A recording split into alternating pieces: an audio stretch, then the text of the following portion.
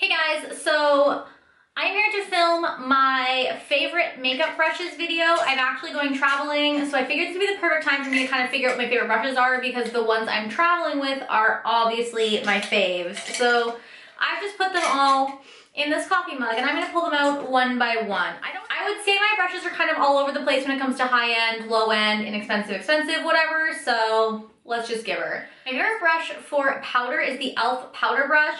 This is just a flat top kabuki brush that I actually used to use to put on foundation back in the day. But now what I do is I just stamp my brush in my powder and then I press it into my face to set my face.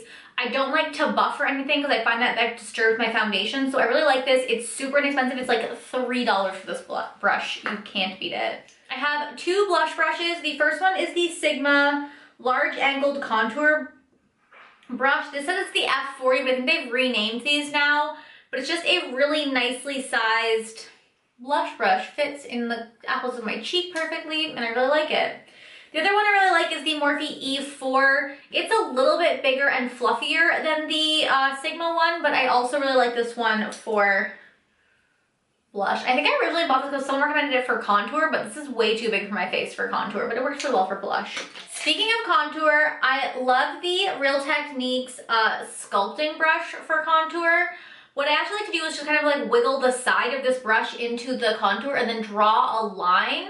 And then I will take this angled Wet n Wild brush, which is nice and tiny, and I will blend out that contour. I really like this for placing. I blend it out with it sometimes, but I find it doesn't blend very well because it is a really densely packed brush, but this brush helps to blend it. In here I have the Royal & Langnickle Silk Pro brush. This is the Blush C110.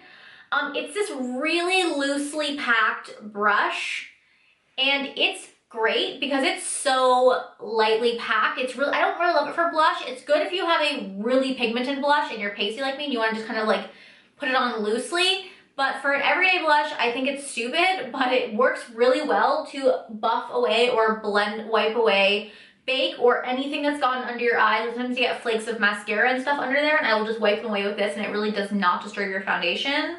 So not using it for its rightful purpose, but it works. And the last face brush I have is the Morphe M510. This is a highlight brush, and it's my favorite highlight brush. It just applies highlight so nicely. I have a brush hair on my mouth in my lipstick. It just applies highlight so nicely. It's tapered. I like to kind of use more of the side. I've seen people like use the top of it, but I like to actually use the side of it to apply highlight. I like to wet it and apply highlight. It's just a beautiful highlight brush.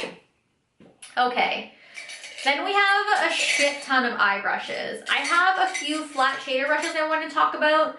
Okay, this first one, I don't know where it's from. I believe it was from a BH Cosmetics set years ago that I bought my mother, and then I stole this brush because I'm a great person.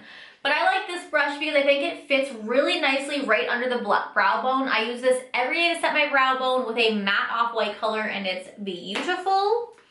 I also have this Sonia Kashuk flat shader brush. It's just a really nice flat shader brush, and I love this one to highlight the inner corner of the eye. Again, every single day, this is my go-to inner corner highlight brush. Then I have this Coastal Scents. This is called the BRC S52. And it is just a really stiff eyeshadow brush. It's not too big like some of the other stiff ones. It fits on your lid perfectly. And I love this for packing on shadow on my lid. Whether it be matte, whether it be shimmery, it works really well if you're wetting foiled eyeshadow looks. It just works for all of my eyeshadows to really pick them up and pack them on my lid. And this brush was probably like $2 because it's Coastal Scents. For eyebrows, I have the Anastasia number 12 brush. This is just a really perfect eyebrow brush. It's so little, has a spoolie on one end. You just like cannot go wrong with it. And then the rest of these blushes are blending brushes. I have a problem. I have two brushes from Smith Cosmetics that I always forget to talk about. But ever since I bought these at IMAX, I have been obsessed with them. This is the Smith 232. It is a pretty decently sized fluffy brush. I like to use this to either apply a color into my transition color or to buff out colors, like buff out my crease to make it really blended. It's just a beautiful, fluffy brush. It's like the perfect size. And the Smith brushes, I don't know how to explain it, but they just work so beautifully. They're a little pricey, but they're honestly worth every fucking penny.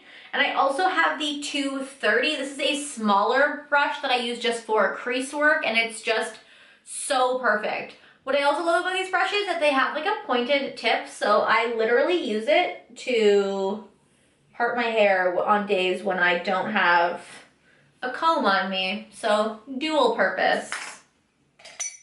The other two kind of expensive brushes I have in here are two Hakuhodo brushes. I don't remember the names of them and they're not on here for some reason, but I will look them up for you and put the names in here somewhere or in the description box below. I have this fluffy blending brush and this fluffy blending brush. As you can see, the white one is definitely more tapered at the tip and the black one is definitely fluffier. I like to use this one to blend out with nothing on the brush, and I like to use this one to apply to the crease. I really love these ones ever since I bought them a couple years ago at IMATS, but I do think that my Smith brushes steal the show when it comes to this. The other fluffier blending brushes I have, the first one is from Morphe. This is the E27, and this is just a really fluffy blending brush. I use this a lot for applying my transition color. It is definitely a little bit more densely packed than the other ones, but it's a nice brush for applying my transition. For blending out, I have the Sigma Tapered Blending E40 brush. This is just a nice fluffy blending brush to blend out, again, with nothing on the brush. Then I have this brush, which doesn't have a name or number on it, but I believe it's the Sigma E35 Tapered brush. I bought a set of Sigma brushes when I was first starting out. Actually, I believe my husband bought it for me for Christmas, but like he bought it for me and that like I bought it and then told him to give it to me for Christmas because that's marriage. But it's a really nice blending brush. It's definitely a little bit more thin than like the Hakuhodo brush. So I like this one to apply into the crease as well. Then I have four more smaller brushes. These two are both the Sigma E25 brush. When I bought my set, this one came free, and then I bought this one after. This is basically a MAC 217, which is the other brush I'm holding in my hand. Let me show you them together. So this one here is Sigma, and this one is MAC. As you can see, they are very similar. I love them both. I honestly don't think there's much of a difference. I actually think my Sigma one is holding shape a little bit better than my MAC one is, but they both blend out beautifully. They're great for detail work in the crease and outer corner, and I honestly love these brushes. And the last one I have, I just got this one in my Beautylish box this year, and it's the Wayne Goss 18 brush. And again, this is also very similar to the Sigma and the MAC one. But it definitely has, it's more a rounded shape, and I think a little bit of more of a tapered point. But yeah, I love that one also. So those are my favorite brushes. I'm not gonna lie to you, I don't know a lot about synthetic versus natural hair because I don't use a lot of different types of, like for me, eyeshadow is eyeshadow. It's all kind of the same. I don't use like a lot of cream products or anything. So for me, it all is whatever.